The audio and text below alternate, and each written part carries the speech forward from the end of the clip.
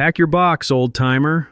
The words hit me like a slap across the face, bouncing off the glass walls of the conference room. Kevin Walsh didn't say it with malice, which somehow made it worse. He said it with the casual arrogance of someone who'd never had to make payroll during a recession, or explain to a worker's family why their dad wasn't coming home. I'm Theodore Sullivan, 55 years old, and I'd just been fired from the company I'd helped build for 27 years. Kevin was 26, wearing a suit that cost more than my first car, and sporting a smile that screamed MBA privilege. His official title was Vice President of Strategic Innovation, which meant absolutely nothing, but paid him more than I'd made in my best year. I sat there at the mahogany conference table, a table I'd ordered back in 2007, and just stared at him. Stay calm, assess the situation, plan your response. Before I tell you how I systematically dismantled this kid's entire world, let me paint you the picture. Kevin was tapping his stylus on an iPad, looking like he owned the place, which in his mind, he probably did. "Look, Ted," he sighed, leaning back in his ergonomic chair. "It's nothing personal. We're pivoting. The company needs to be agile, mobile first. We need fresh blood to interface with the Gen Z demographic. Your operational style is, well, it's vintage. And vintage is cool for bourbon, but not for business operations." He looked around for validation. The two interns stared at their shoes. Diana Martinez from HR, who I'd helped through her divorce 3 years ago, wouldn't meet my eyes. She was aggressively taking notes on a blank page. "We've prepared a generous severance package," Kevin continued, clapping his hands together like he was announcing a company picnic. 2 weeks for every year of service, capped at 6 months. We'll need your badge, laptop, and keys by 5 p.m. Oh, and Ted, make sure you wipe your personal files. We don't want your phishing photos cluttering up the server. The interns offered weak laughter. They were terrified, and they should have been. I stood up slowly.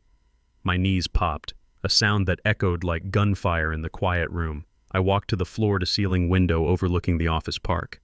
The sun was beating down on the asphalt, and I could see the employee parking lot, the manicured lawn, and the cornerstone of the building itself. "Understood," I said. My voice was steady. Kevin looked disappointed. He wanted drama. He wanted the broken old man begging for his pension. "Great," he said, checking his Apple Watch. "I've got lunch with the branding consultants. Diana will walk you out." I went back to my desk, an island of order in a sea of open-concept chaos. I had a plant older than Kevin, a stapler that weighed 3 pounds and was made of actual steel, and a framed photo of my late wife, Catherine. I picked up the cardboard box HR had thoughtfully provided and started packing. Not everything, just the essentials. The plant, the stapler, the photo, and a specific flash drive I kept locked in my drawer. It contained contact information for every vendor, city council member, and building inspector in the county. The office buzzed around me. "Did you hear? Ted finally got the axe. Guy was such a dinosaur. I heard he still printed emails. I let them whisper. I let the humiliation wash over me. It was fuel for what was coming next. You see, when you've been somewhere for 27 years, you become invisible. You're part of the furniture. And people say things in front of furniture they shouldn't say. They do things they shouldn't do." Diana hovered by my desk. "Ted, I'm so sorry. This wasn't my call. Kevin has the board's ear. They want a younger image."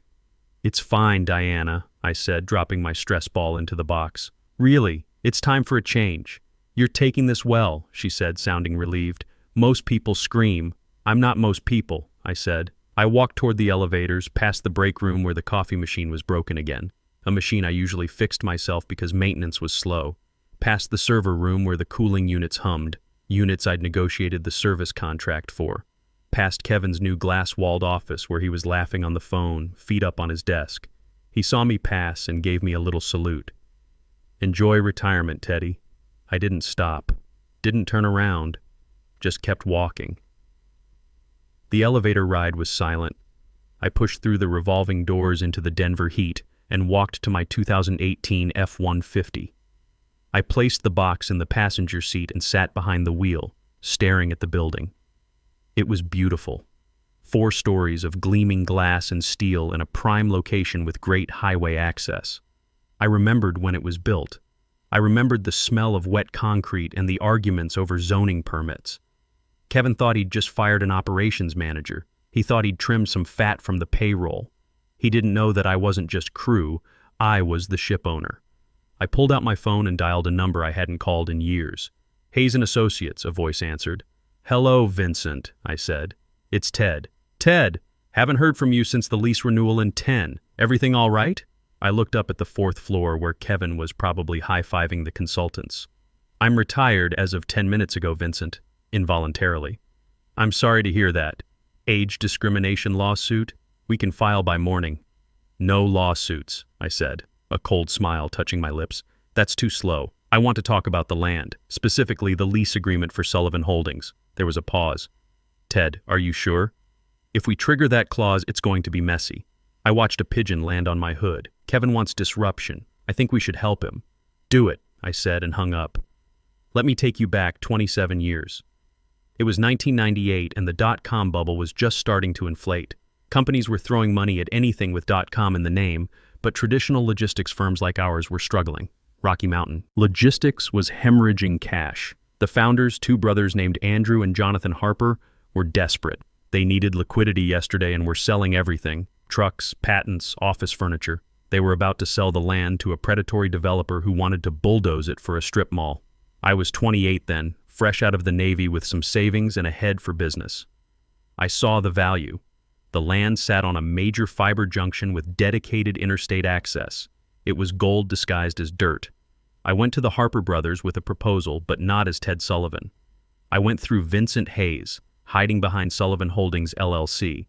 I offered cash, slightly above market value, and leased it back on a 99-year triple net lease.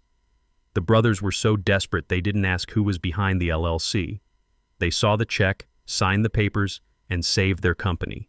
For 27 years, they paid rent to Sullivan Holdings. The checks went to a trust account. I reinvested everything, bought more land, compounded the returns. To everyone at the office, I was just Ted from operations who made good chili for the potlucks. To the county recorder, Sullivan Holdings was a faceless entity that paid taxes early.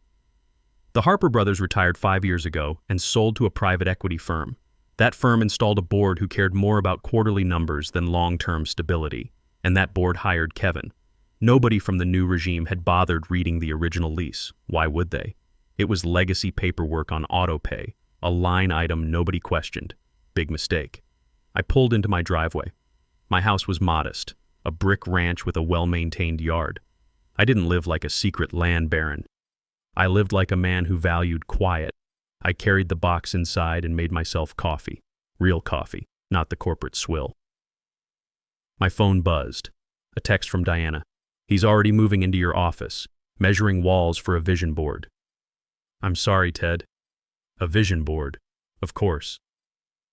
I walked into my home office and unlocked the filing cabinet. I pulled out the original lease, heavy paper that smelled like victory. I flipped to the clause I'd helped draft 27 years ago. Clause 11D. Tenant shall not make structural alterations without express written consent of landlord. Failure to obtain consent constitutes material breach. Landlord reserves right to terminate lease with 30 days notice. I knew Kevin was planning a remodel. He'd been bragging about it. An open concept creative space where he'd knock down walls between departments for synergy. I logged onto my computer. I still had admin access to the building security system, credentials that never changed because IT was understaffed. I pulled up the 4th floor feed. There was Kevin with a contractor pointing at a load-bearing wall. The contractor looked skeptical, shaking his head. Kevin was doing his explosion gesture, probably saying, just get it done. I took screenshots. Then I checked county permit records. No permits. Filed. Kevin wasn't just arrogant. He was planning to break the law. He wanted his creative space ready for the Q3 investor meeting, and permits took time. I called Vincent back. Phase 1 is go, I said, watching Kevin literally kick the drywall to show how unnecessary it was. And Vincent, get eviction papers drafted, but don't file yet. I want to let him spend some budget first. You're terrifying, you know that?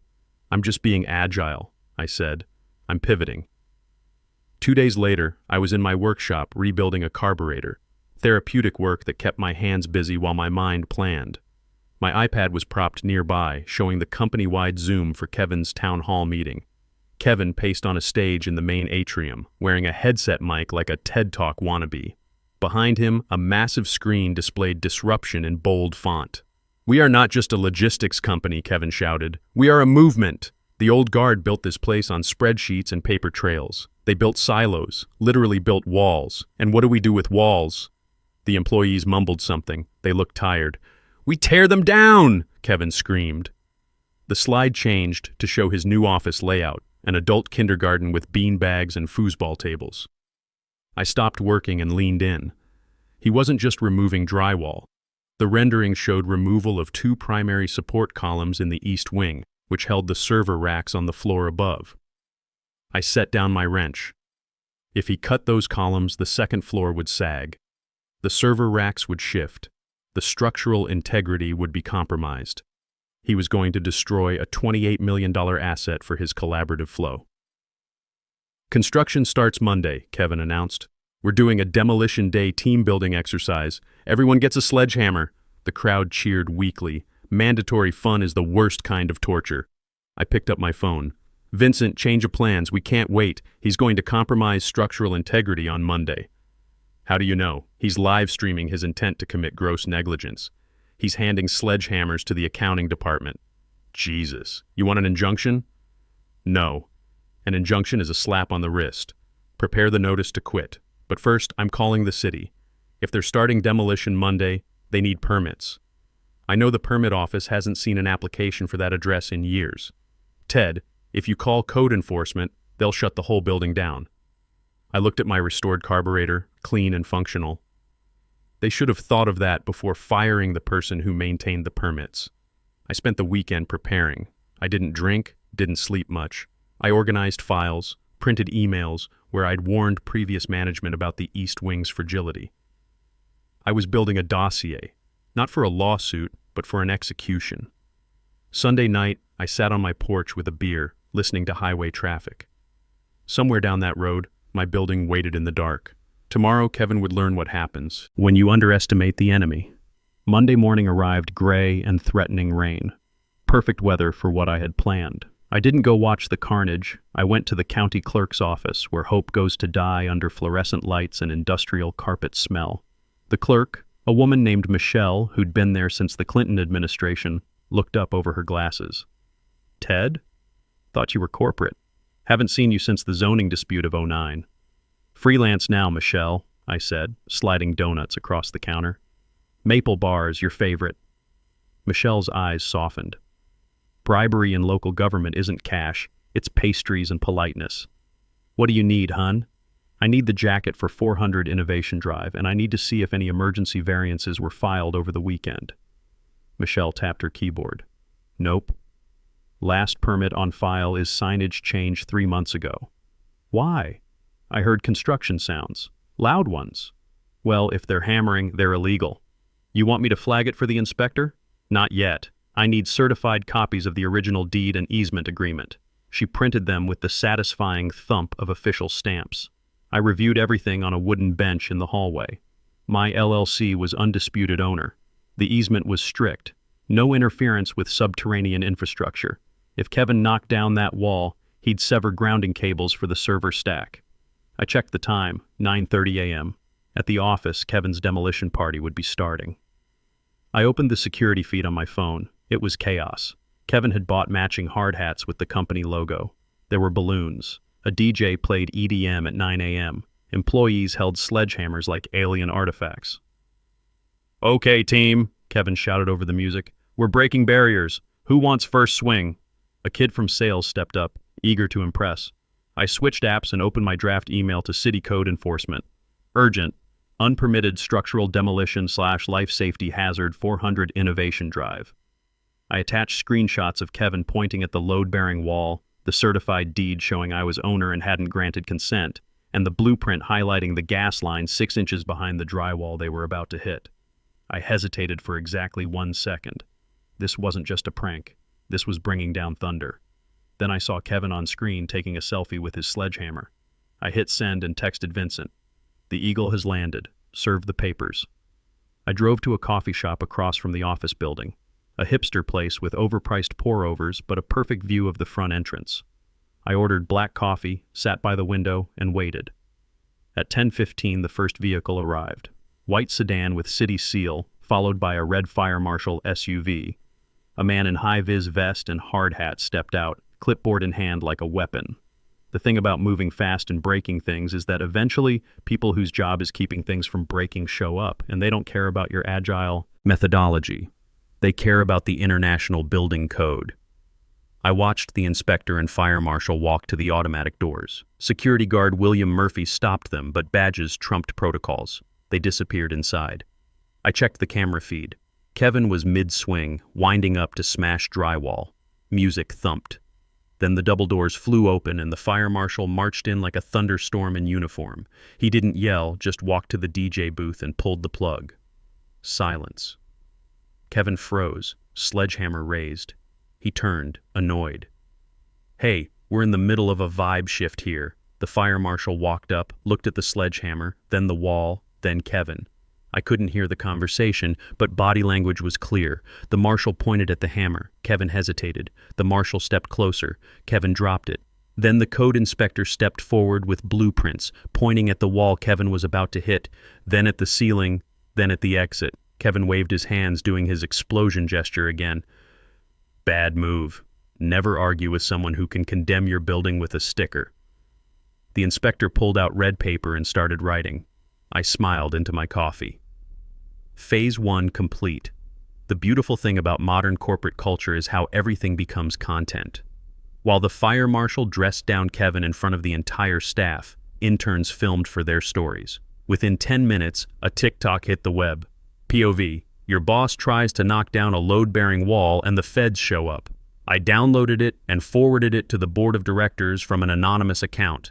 Gentlemen, it appears strategic innovation is encountering regulatory friction. Please see attached media. Also be advised that leaseholder has been notified of material breach regarding unpermitted structural modifications. The fire marshal taped an orange placard to the suite door. Stop work order. Employees filed out looking confused. Some laughed, others worried. The creative hive was now a crime scene of stupidity. Kevin stood in the lobby yelling into his phone. His chill vibe evaporated. My phone rang. "Vincent, Ted, did you see the email? The board is freaking out. CEO Patrick Morrison just called. He wants to know who Sullivan Holdings is and demands an immediate meeting with the landlord. Tell him the landlord is unavailable. Tell him the landlord is reviewing options regarding immediate lease termination due to gross negligence. Ted, they're offering to pay fines, fix the wall. It's not about the wall anymore. It's about the breach.